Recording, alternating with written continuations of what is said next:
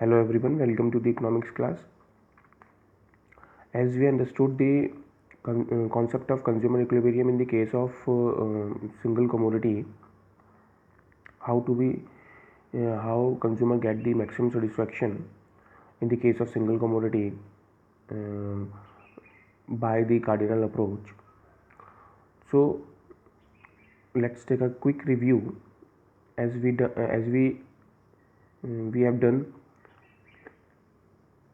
Consumer will be in equilibrium when the marginal utility of X good is equals to the marginal utility of money. तो हमने क्या prove करना है? MUX equals to MUM.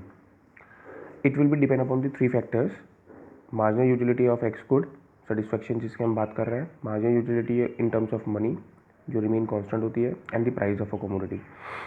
तो ये आप किसके फॉर्मूले से निकालेंगे? इस तरह से, price of X good equals to MUX upon MUM. MUM निकालना है तो आप इधर ले आएंगे, PX इधर रह जाएगा. तो इसके बेसिस में आपने क्या करना था? कंज्यूमर इक्विलिब्रियम निकालना था, स्ट्रक करना था. ठीक है, जो हमने आपको बताया था लास्ट वीडियो में. ठीक है, उसका हम डायग्राम आपको दिखा देते हैं. ये देखिए डायग्राम क्या है, इस तरह से है. सेटिस्फैक्शन गिर रहा है, consumer continue consume number of units till satisfaction equals to the price remain constant. Okay, here अब हम बात करते हैं next one, consumer surplus. Consumer surplus क्या होता है? कंज्यूमर सरप्लस मीन्स ज़्यादा. किस चीज़ का? देखिए, कंज्यूमर सरप्लस एक तरह से हम आपको बताएं कि if the consumer wants to get maximum satisfaction, he always ready to pay any amount. जैसे फॉर एग्जांपल, आप किसी फिल्म स्टार एक्टर के बहुत बड़े फ़ैन हैं और थिएटर में उसकी मूवी लगी है और उसके सारे टिकट बिक चुके हैं, सारी सीट्स बुक हो चुकी हैं. तो आप कैसे करोगे? आपको देखना है उसी दिन, आप तो बहुत बड़े फ़ैन हो. तो जो ब्लैक में बेच रहा होगा, you always ready to pay higher amount in order to get the maximum satisfaction. तो आपको क्या करना है, आप क्या करोगे? उस टिकट के जो मार्केट प्राइस है 100 रुपीज़, अगर वो ब्लैक में आपको 200 रुपीज़ में दे रहा है तो आप रेडी हो जाओगे देने के लिए, है ना. उसको हम कंज्यूमर सरप्लस बोलते हैं. Market surplus is different thing. Market surplus में आपको पता होगा, आपने पढ़ा होगा इकोनॉमिक्स में 10th क्लास में, कि मार्केट सरप्लस में क्या होता है. जब हम बात करते हैं किसी चीज़ की, इफ़ द फार्मर, यहाँ पर आप बोल सकते हैं कि फार्मर की अगर हम बात करें तो वो क्रॉपिंग कर रहा है, प्रोडक्शन कर रहा है. उसके बाद वो after keep it for the self consumption, few part of crop keep it as a consumption, and whatever the amount is left sold out in the market. जो भी पैसा बचे, जो भी क्रॉप बचेगा वो मार्केट में उसको बेच देता है अपना कंजम्पशन रोकने के बाद. तो उसको हम क्या बोलते हैं? मार्केट सरप्लस बोलते हैं. ओके, वो चीज़ डिफरेंट हो गई. कंज्यूमर सरप्लस हम यहाँ पर मैक्सिमम सेटिस्फैक्शन की बात करें तो कंज्यूमर सरप्लस की डेफिनेशन देखिए यहाँ पर क्या है. It refers to the surplus amount of money. Amount of money, surplus किसकी है? अमाउंट ऑफ मनी है. Where consumer always ready to pay high in order to get maximum satisfaction. So it is a difference between price that a consumer pay and the price that they are willingly to pay. तो दोनों का difference है. Okay, तो यहाँ पर हमने देखिए इस डायग्राम में मैं आपको बता रहा हूँ कंज्यूमर सरप्लस कैसे निकालेंगे. आप देखिए कंज्यूमर सरप्लस में क्या है, ये है, ये क्या है इसके, फॉर एग्जांपल प्राइजेस है. प्राइस 20 रुपीज़ था. अब क्या है, कंज्यूमर रेडी टू पे. अब डिपेंड करता है कि पर्सन टू पर्सन वो कितने रुपये दे रहा है. वो 40 रुपये भी दे सकता है, 35 रुपये भी दे सकता है, 30 रुपये भी. तो ये क्या है? कंज्यूमर सरप्लस है. ठीक है, ये कंज्यूमर इक्विलिब्रियम है. समझ में आ गया? तो वो 40 रुपये भी दे सकता है, 35 रुपये भी दे सकता है, कोई 30 रुपये भी दे सकता है, कोई 25 रुपये भी दे सकता है. ठीक है, वो वेरी करता है पर्सन टू पर्सन, मगर एक्चुअल वैल्यू क्या है उसकी? 20 रुपीज़ है. तो यहाँ पर हमने आपको क्या बताया? कंज्यूमर सरप्लस बताया. I hope you understood the concept. Now come to the next one. Today we are going to understand consumer equilibrium in the case of two or more commodity. Here let's begin. देखिए, in a real life consumer does not spend his income on the same type of commodity. आपको पता होगा कि आप अपना पैसा कभी भी एक तरीके के गुड में ही खर्चा नहीं करते हैं, ठीक है। He always prefer different type of good in order to get the maximum satisfaction. Now in the case of constant price of 2 और मोर गुड, अब हम यहाँ पर क्या पढ़ रहे हैं, दोनों गुड्स के प्राइस क्या है, सेम है, कांस्टेंट है, ठीक है। रियल लाइफ में ये होता है कि डिफरेंट गुड्स के डिफरेंट प्राइजेस होते हैं, वो भी हम आपको बताएंगे किस तरह से। अब देखिए इधर पहले हम कांस्टेंट प्राइस में लेके चलते हैं। In this case consumer will be equilibrium at where MU of the last unit of each consumption should be equals to the MU in terms of money। हमने बताया था आपको, सेम एग्जैक्टली वही है जो हमने आपको कल बताया था, लास्ट वीडियो में बताया था इन the case of single commodity, ठीक है। ये एक तरफ है। उसी तरह से गुड वाई आ जाएगा, वहाँ पर गुड एक्स लिया था हमने और एक तरफ से गुड वाई आ जाएगा, दोनों को हमको कंपेयर करके चलना है, दोनों को हमने इक्वल करके चलना है, ठीक है। किस तरह से करना है वो अभी हम बताएंगे with the help of schedule. Now within when a consumer spend his income on the purchase of different good, he does compare study of satisfaction obtained from the different good। तो जब भी आप मार्केट में कुछ चीज़ खरीदने के लिए जाते हैं तो आप क्या करते हो, दो गुड्स को कंपेयर करते हो, which one is more better, which will give you more satisfaction, ठीक है। होता है नहीं होता है, तो same exactly.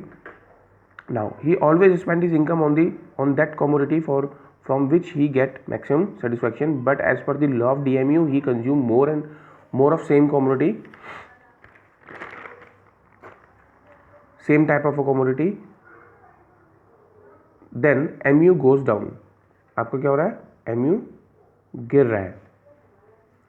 So the consumer will be shift his consumption to the another commodity। तो वो क्या करेगा, उसको पता है कि जब अगर वो सेम टाइप का कमोडिटी को कंज्यूम करेगा तो उसका सेटिस्फैक्शन गिर रहा होगा, तो वो क्या करेगा, स्विच कर जाएगा। स्विच किस में, अनदर गुड में, in order to gain the maximum satisfaction. This substitution will continue to the limit till expenditure on both the goods become equals to the satisfaction obtained from rupees spent on it, ठीक है। that is called price। तो हमने कहा जो से substitution effect है, यहाँ पर कंज्यूमर क्या करेगा, consumer will be continue to be consume to the limit till, या आप कह सकते हो खर्चा तब तक करेगा दोनों गुड्स के ऊपर जब तक उसका satisfaction in terms of rupees equal नहीं हो जाता, ठीक है। तो हमने इन शॉर्ट क्या कहा, इन शॉर्ट हमने कहा कि MUX equals to MUY equals to MUM। तो यहाँ पर आपको ये इक्वल करनी है, कंडीशन क्या करनी है, ये इक्वल कंडीशन करनी है कि margin utility of X good equals to margin utility of Y good equals to marginal utility in terms of money, ठीक है। Now how consumer will be in equilibrium, see in this case different prices of different goods, like consumer will be equilibrium when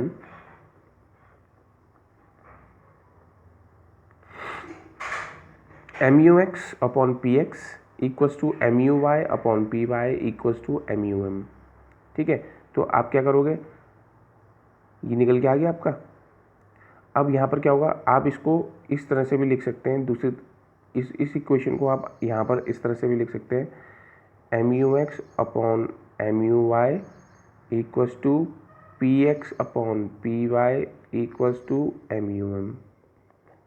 आप इस तरह से भी कर सकते हैं, क्योंकि ये सेटिस्फैक्शन एक तरफ हो गया पूरा, satisfaction of X good and satisfaction of Y good equals to the price of X good and the price of Y good equals to in terms of money, marginal utility in terms of money, ठीक है।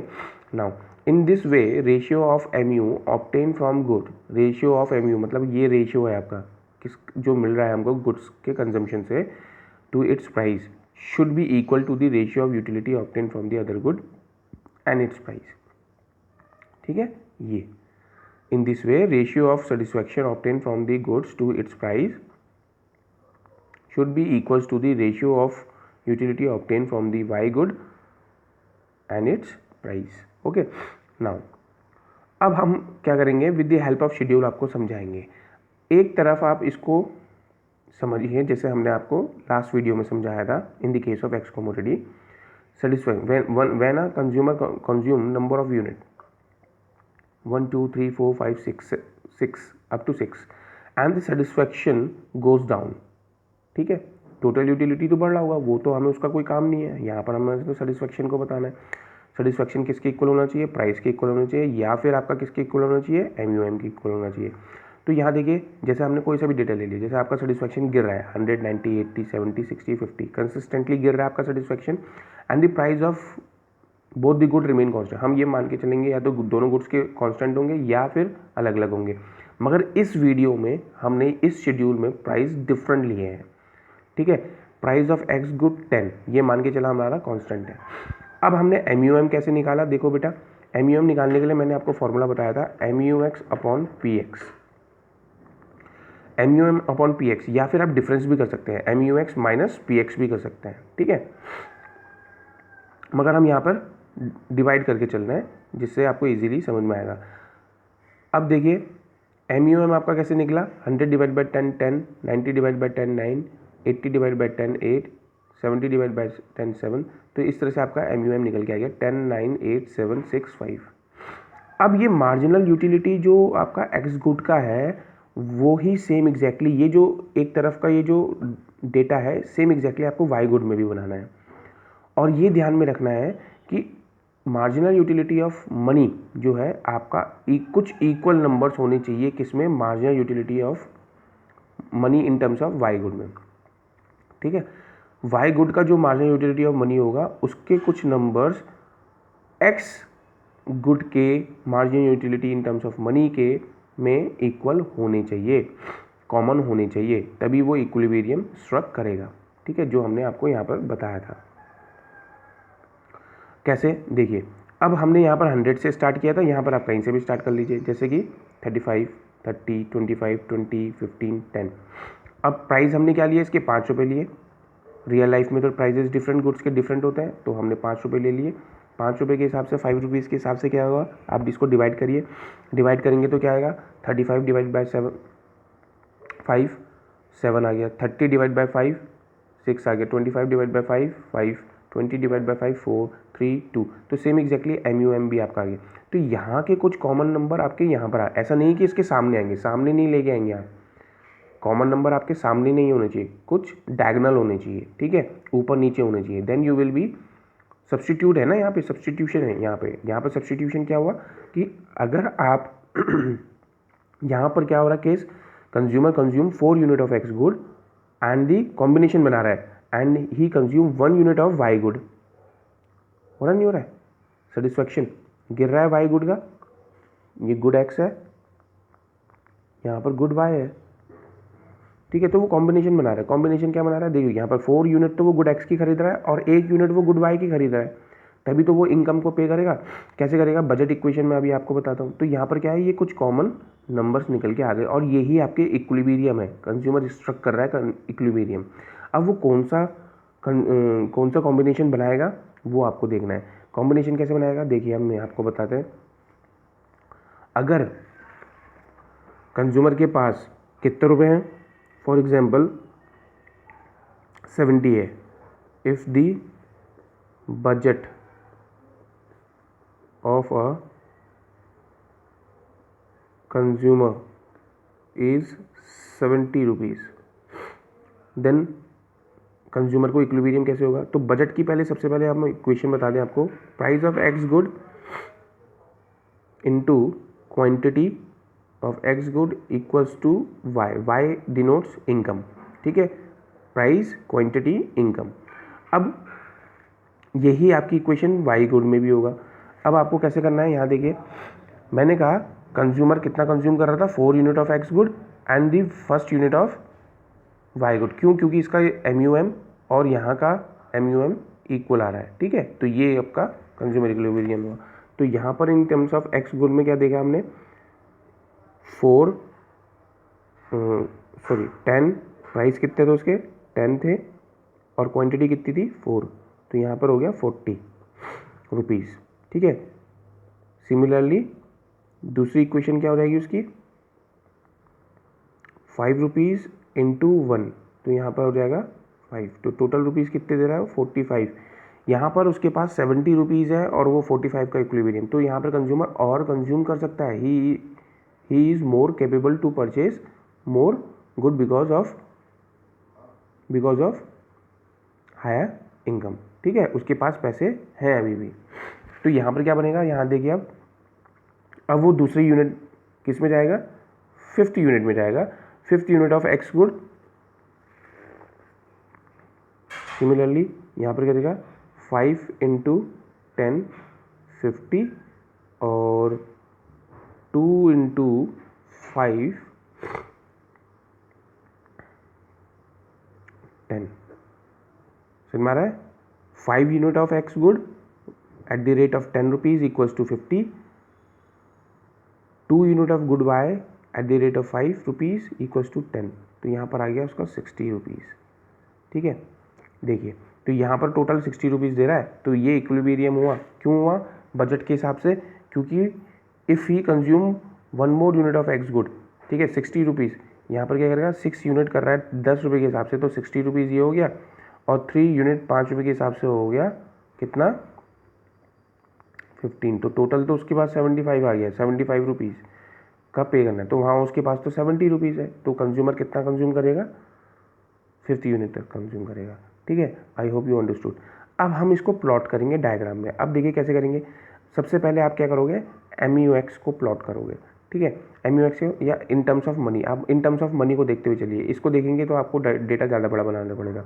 तो x good का data ये ले लीजिए, Y good का data ये ले लीजिए, ठीक है, वो इसी के अंदर आ गया आपका 10। अब देखिए ये आपका क्या है, डायग्राम है, ये आपका एक्स एक्सेस यूनिट्स हो गई और ये वाई एक्सेस आपका क्या हो गया, MUX एंड MUY हो गया। अब आपने बताया 10 तक कर दिया हमने, MUY आपका मैक्सिमम 10 तक है, ओके। अब हमने क्या कहा, कंज्यूमर कंज्यूम कर रहा था, एक में 10 MUX का है ये, दूसरे में 9, तीसरे में 8, 4th में 7, 5th में 6 एंड 6th में 5th। ये आपकी प्लॉट नीचे को आ गई। आप इस पॉइंट्स को क्या करेंगे, ज्वाइन कर देंगे इन अ स्ट्रेट लाइन में, ठीक है। नाउ दूसरे में भी आप इसी करोगे, MUY को बनाए हुए आप प्लॉट करोगे। पहली यूनिट में आपको कितना मिल रहा था, 7, दूसरी यूनिट में आपको मिल रहा था 6, थर्ड यूनिट में 5th एंड 4th यूनिट में 4, 5th यूनिट में 3 एंड 6th यूनिट में 2। अब यहाँ पर आपका इक्विलिब्रियम कैसे बनाना है, देखिए इक्विलिब्रियम बन रहा है ये, क्यों कैसे बन रहा है, क्योंकि ये पॉइंट और ये पॉइंट दोनों आपस में क्या है, सामने है, तो ये इक्विलिब्रियम बन गया। इक्विलिब्रियम कौन कौन से केसेस बन रहे हैं, ये भी बन रहा था, ये भी बन रहा था, ये भी बन रहा था, ये नहीं बन रहा था, ठीक है, 1 2, ये 2 पॉइंट बन रहे हैं।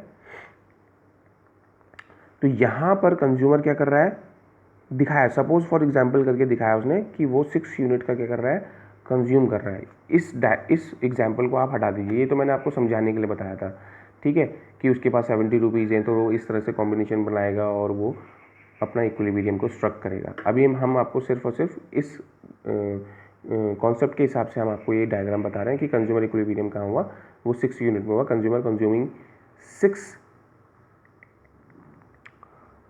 Unit of good X and 3 unit of good Y, ठीक है। ये दिखा रहा है, देखिए 2 यूनिट ऑफ, ये इक्विलिब्रियम दिखा रहा है, सॉरी इक्विलिब्रियम दिखा रहा है इस तरह से, consumer consuming 2nd unit of good Y and 5th unit of good X, ये हुआ आपका, ठीक है। इसी डायग्राम को आप ले सकते हैं, इसी एग्जाम्पल को आप ले सकते हैं 70 रुपीज़ वाला, ठीक है। यहाँ पर ये इक्विलिब्रियम हो गया, देखिए ये एक्स वाला था तो वो कितना कंज्यूम कर रहा है, 5 यूनिट, और ये वाई वाला था तो वो कितना कंज्यूम कर रहा है, 2 यूनिट।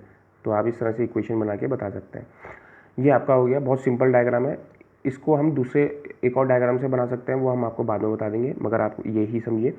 देखिए, it is clear from the schedule that 5th unit of good X and 2nd unit of good Y marginal utility of money is equal, therefore the law of equimarginal is also known as law of proportionality। इसको भी बोला, दूसरे शब्दों में law of proportionality बोला जाता है। इसमें कंडीशंस क्या है, देखिए कंडीशंस क्या क्या है वो हम बताते हैं। अब कंडीशंस आपको समझनी पड़ेगी। अभी तक तो हमने स्ट्रक करके बता दिया आपको M U X equal to M U Y equal to M U M. अब यहाँ पर ग्रेटर देन और लेस देन भी होता है, तो वो कंडीशंस क्या क्या हैं वो हम आपको बता रहे हैं। ये देखिए, condition of consumer equilibrium marginal utility analysis. There are three situations arises when MUX upon PX equals greater than MUY upon PY. In the case consumer is getting more satisfaction per rupee in the case of good X as compared to the good Y. तो जब जैसे जैसे वो ज़्यादा खर्चा किस में कर रहा है, good X में कर रहा है, because he consuming more unit of good X, because good X gives more satisfaction than the good Y. Therefore he will be buy more of good X and less of good Y. This will leads to fall in satisfaction of good X. तो उसका क्या होगा, satisfaction जल्दी गिरेगा good X का, and rise in M U I. तो वो क्या करेगा, then he will be switch it. तो वो क्या करेगा, कंजम्पशन किसका बढ़ाने लग जाएगा, एम यू आई का। ये मतलब कि उसका सेटिस्फैक्शन ऑफ गुड एक्स यहाँ पर क्या हो रहा है, गिर रहा है, and the rise of M U I ज़्यादा हो रहा है। Then the consumer will continue to buy more of good X till, वो कब तक करेगा, जब तक उसका इक्वल नहीं हो जाता किसके बराबर, y के बराबर। ठीक है, ये रहा हमारा। अब दूसरा केस आ जाता है, situation when MUX upon PX less than MUY upon PY। Consumer is getting more of satisfaction for the rupee in case of good Y as compare to the good X, therefore he will buy more of good Y and less of good X. This will lead fall in satisfaction of good Y and rise of satisfaction of X good. तो उसका satisfaction X का ज़्यादा है, यहाँ पर Y का गिर रहा है, तो तब तक कंज्यूम करेगा जब तक वो इक्वल नहीं हो जाता। तो देखिए, consumer will be continue to buy more of good Y till MUX upon PX divided by MUY upon PY। Okay, the third condition क्या हो जाती है, इक्विलिब्रियम की कंडीशन हो जाती है, जो हम आपको यहाँ पे बता रहे हैं। देखिए, when all the good purchase by the consumer MUM of marginal utility of money of 1 unit for 1 rupee should be equals to MUX upon PX equals to MUY upon PY। तो ये हमने आपको बताया। I hope you understood the concept of marginal utility in terms of 2 और मोर commodity. आप same price में भी ले सकते थे, आप डिफरेंट प्राइस में ले सकते थे, मगर रियल लाइफ में डिफरेंट प्राइजेस होते हैं, इसीलिए मैंने आपको डिफरेंट प्राइजेस लेके समझाया। Okay, if you have any doubt, you may ask anytime.